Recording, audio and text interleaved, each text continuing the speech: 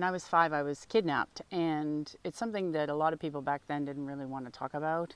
And long story short, we were taken to a dugout, my sister, another girl, and I, by a guy that I had seen in the area and said many times to people, I don't trust him, something's wrong. But I was a small child. You know, we're going to discount him.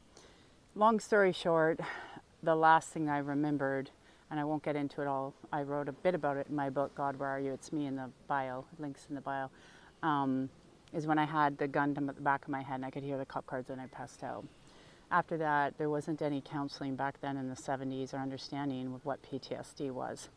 And I think in this whole area of information coming out, now there are people that go through far worse. So I'm grateful it ended the way it did, and I'm grateful all these years later how I got through it. But I think it's the fact that nobody wanted to talk about it. And so often all the things that happen to us in life, nobody wants to talk about it. They want to put their head in the sand. And it's why I am such an advocate in what I do and why I do it. Because what I realized is I'm so resilient. We have so much power in us. And the systems that have been created to help us don't really help us.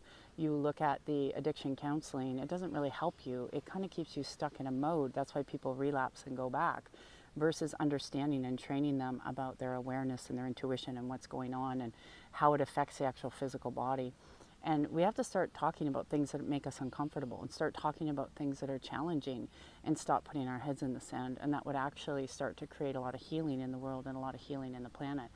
And one of the other things I'm grateful for is that, you know, I did have to figure it out. It did lead to a lot of other messed up things in my world as a young person.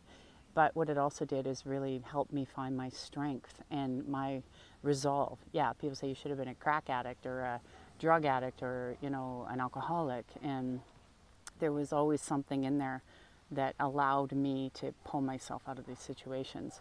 I think sometimes if we baby people too much too, you don't build up that strength. You don't build up that endurance. We have to have real good, hard conversations, learn to love each other, learn how to move that imprints and energy out of the body.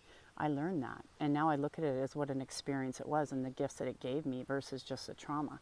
And that's what we really got to get to today. And I really hope that you'll listen to this and understand that no matter what you're going through, there are other ways, alternative ways to work your way through it, to understand the power you have that these authoritative bodies have suppressed, and they've suppressed them on purpose. They don't want you to realize how powerful you are and why certain experiences happen to you. And a lot of the programs have been set up to keep you stuck in there. So comment below, share. It's time to get uncomfortable and talk about the things that nobody wants to talk about it, because that's where real healing begins. Love you guys. Have a great day.